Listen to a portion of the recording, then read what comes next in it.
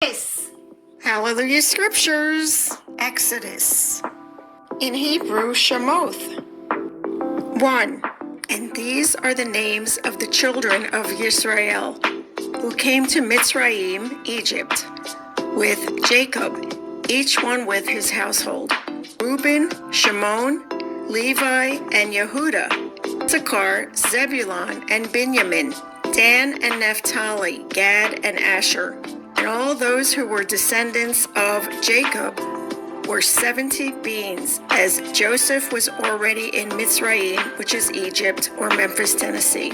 And Joseph died, and all of his brothers, and all that generation. And the children of Israel bore fruit, and increased very much, multiplied and became very strong, and the land was filled with them. Then a new sovereign arose over Mitzrayim, Egypt, Memphis, Tennessee, who did not know Joseph. And he said to his people, "See, the people of the children of Israel are more and stronger than we. Come, let us act wisely towards them, lest they increase, and it shall be when fighting befalls us, that they shall join our enemies and fight against us, and shall go up out of the land." So they appointed slave masters over them to afflict them with their burdens. And they built for Pharaoh supply cities, Pithom and Ramesses.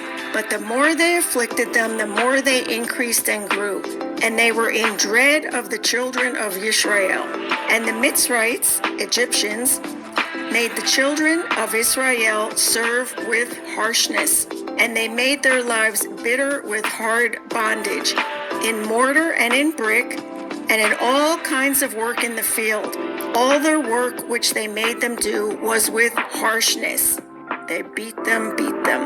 Then the sovereign of Mitzrayim, Egypt, spoke to the Hebrew midwives, to whom the name of one was Shiphrah, and the name of the other Puah.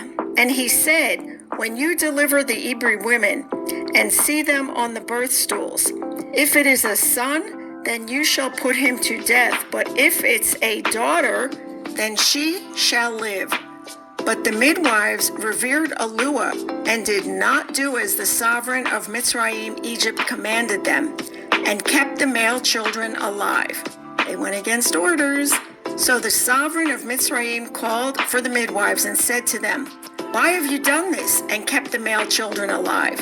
And the midwives said to Pharaoh, "Because the Hebrew women are not like the Mitzrite women, for they are lively and give birth before the midwives come to them." So Alua was good to the midwives, and the people increased and became very numerous. And it came to be, because the midwives revered Alua, that he provided households for them. And Pharaoh commanded all his people, saying, "Throw every son who is born into the river, and keep alive every daughter."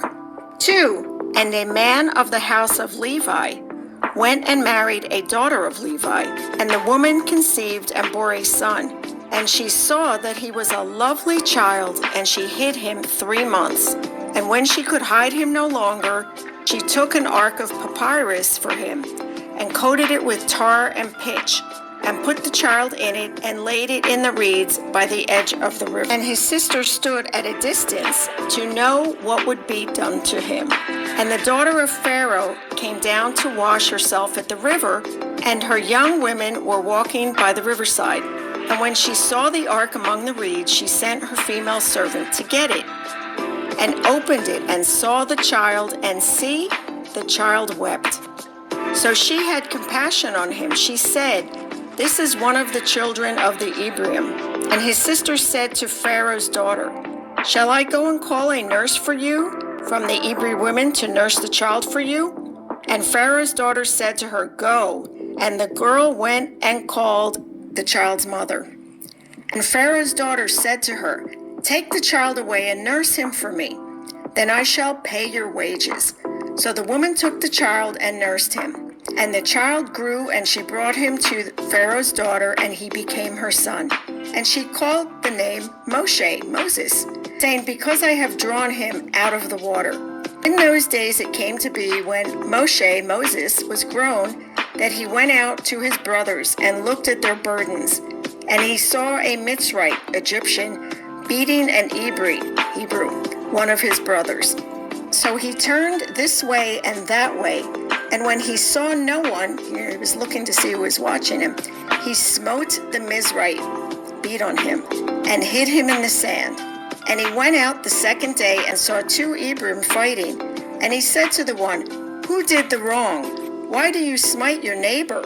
And he said, "Who made you a head and a judge over us? Do you intend to slay me as you slew the Mizrite?" And Moshe feared and said, "Truly, the matter is known." And Pharaoh heard of this matter, and he sought to kill Moshe. But Moshe fled from the face of Pharaoh and dwelt in the land of Midian. And he sat down by a well. And the Kohen of Midian had 7 daughters, and they came and drew water, and they filled the troughs to water their father's flock.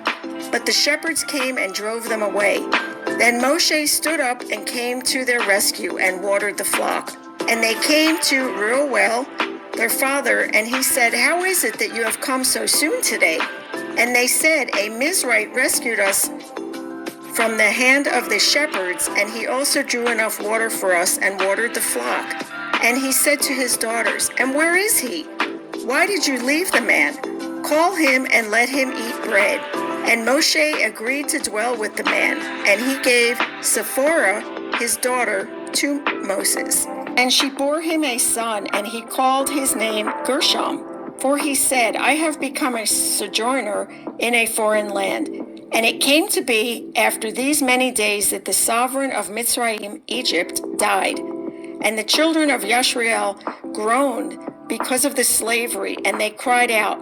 And their cry came up to Eluah because of the slavery.